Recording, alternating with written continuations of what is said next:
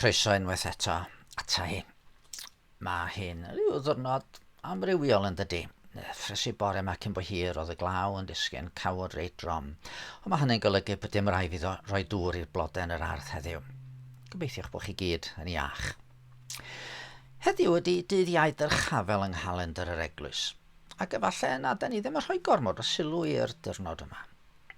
Diwrnod pryd da ni'n cofio fod Iesu wedi esgyn i'r nef wedi'r atgyfodiad ac wedi ddodreulio rhyw 40 diwrnod efo'i ddisgyblion. A Luc a ddechrau llyfr yr actau yn deud wrthon ni, wedi ddod hyn a hwythau'n edrych, fe dyrchafwyd a chipiodd cwmwl ef o'i golwg. Cwestiwn fydd ambell yn holi falle di, wel pam bod o wedi mynd fel hyn a gadael I ddisgyblion? Taswn ni wedi ennill buddugoliaeth fawr dros farwolaeth, mi fyddwn ni eisiau I bawb gael gwybod. Mi fyddwn ni yn, efallai, wedi mynd I Jerusalem a dangos fy hun I Peilat, dangos fy hun I Caiaffas a'r Sanhedrin, iddyn nhw gael gweld mor anghywir fuon nhw. Ond na, dyma Iesu'n dangos ei hun I griw cymharol fychan o ddilynwyr, ac yna dyma fo'n I gadael nhw. Pam tybed? Yn gyntaf, mi gredai fe adawodd am fod I waith ar y ddaear wedi I gyflawni. Dros y cyfnod hwn o hynna'n ynysu, mae yna jigsaw mawr wedi bod ar y bwrdd gynnon ni. Un o'r rheini efo 1000 o ddarnau a llu o'r darnau mae'n edrych yn ddigon tebyg i'w gilydd. Bob tro ni'n pasio'r bwrdd, o'n I yn ceisio gosod rhyw 1 neu 2 ddarn arall yn ei lle. Doeddwn ni'n gallu adael o, nes fod y cyfan wedi ei orffen, ac o'r diwedd neithiwr fe ddoth bydlonrwydd. Y jigsaw yn gyflawn pob darn yn ei le. Gallai I adael o rwan. Felly roedd yr amser wedi dod I Iesu fedru deud fod I waith o ar y ddaear wedi gyflawni. Pob darn o'r jigsaw yn ei le ac oedd o yn gallu gadael. Be oedd y gwaith yma? Wel yn gyntaf, oedd o wedi dod, oedd rhaid efo ddangos i'r byd pwy oedd o. Fel dydodd Pedr wrth y bobl ar ddydd y Pentecost, bobl Israel, clywch hyn, sôn yr wyf am Iesu o Nazareth, gŵr y mae benodi gan Dduw wedi amlygu I chi, trwy wyrthiau a rhyfeddodau ac arwyddion y gyflawn oedd Duw trwyddo ef yn eich mysg chi. Pedr oedd yr ein cynta'n I ddeud, ti yw y Crist, mab y Duw byw. Yn ail, fe gyflawnodd o ofynion y gyfraith I fyw gan garu Duw o fo'i holl galon a charu gymydog fel fo'i hun. Fe enillodd y cyfiawnder na feder yr un ohono ni I ennill oherwydd yn bod ni gyd yn droseddwyr cyfraith Duw. Yn drydydd, mi oedd angen hyfforddi rhai I ddwyn I waith yn ei flaen wedi iddo fynd. Dech chi rioed wedi meddwl pan fod Iesu oedd ar gallu I ddenu'r tyrfaoedd wedi canolbwyntio y rhan fwyaf o'i amser ar 12 o ddisgyblion. Noson I fradychu yn ei weddi fawr fe ddywedodd, yr wyf I wedi dy ogoneddu ar y ddaear trwy orffen y gwaith a roddais ti mi I wneud. Doedd o ddim wedi mynd i'r groes eto ac eto mynd deud bod wedi cyflawni'r gwaith roddwyd iddo gan ei dad. Mae rhai wedi awgrymu, mae'r gwaith hwn oedd hyfforddi a pharatoi'r disgyblion. Dyna mae'n sôn amdano fo yn ei weddi, oherwydd nhw fyddai'n gorfod mynd ar efengil i'r byd. Nhw a rhai fyddai'n dod yn ddisgyblion trwy I geiriau a'i tystiolaeth nhw. Ac oedd y gwaith yna wedi cael I gyflawni.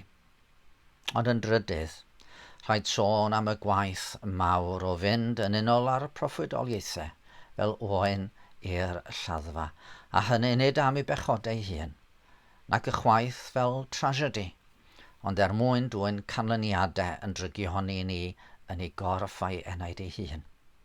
Oherwydd mab y dyn yn taenu ddaeth I gael ei wasanaethu, ond I wasanaethu, ac I roddi ei einioes yn brydwerth dros lawer. Ac yna, ar y groes, fel lefodd y Gair, gorffennwyd, nid fel ochenaid o ryddhad, ond fel blwydd fuddugoliaethus.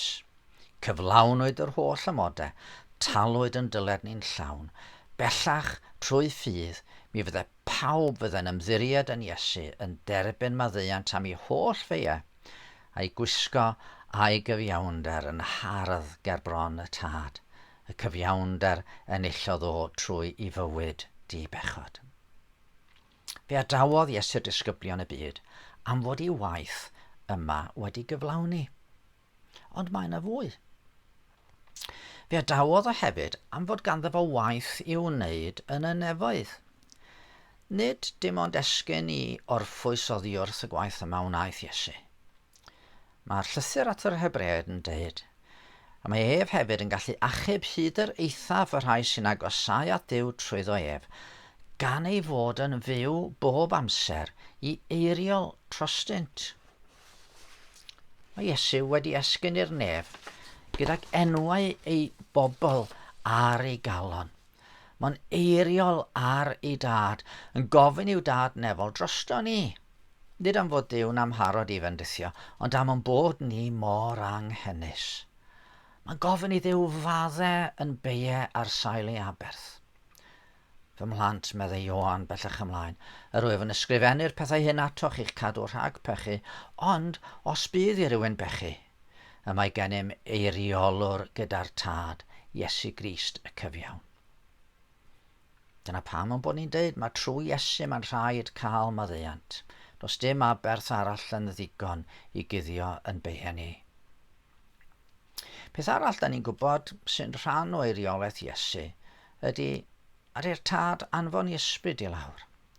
Fe ddydodd Iesu wrth i ddisgyblion yn yr oruch ystafell. Fe fyna i'm tad ac fe rydd ef i chi eiriolwr arall i fod gyda chi am byth. Ysbryd y gwirionedd.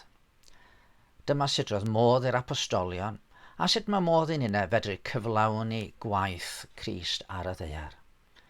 Mi gawn ni feddwl fwy am waith yr ysbryd glân pan fyddwn ni'n meddwl am y Pentecost. Ond dyna chi gysur, fod ganddo ni eiriolwr ar ddehil o'r tad, sydd bob amser yn gwylio ni, yn cofio ni ac yn eiriol trosto ni. Fe adawodd Iesu'r byd, ond nath o ddim yn gadael ni'n amddifad. Gadwch chi ni weddio. O arglwydd y Duw, da ni'n diolch ti am fywyd, marwolaeth ac atgyfodiad ein gwaredwr ni. Ond da ni'n diolch hefyd am ei ysgyniad. Yr arwydd sicr yma fod gwaith Iesu ar y ddaear wedi gyflawni. A'i fod o bellach yn gwylio ni o'i le ar dy ddeheulawn y nef. A'i fod yn eiriol trosto ni. Felly beth bynnag di'n cyflwr ni, beth bynnag di'n sefyllfa ni heddiw. Helpa ni o dad i edrych at yr un sydd yn eiriolwr perffaith. A helpa ni geisio dy drigaredd di'n gyson trwy'r dydd ar sail Iesu Grist ei hun. Amen. Dan eich bendydd.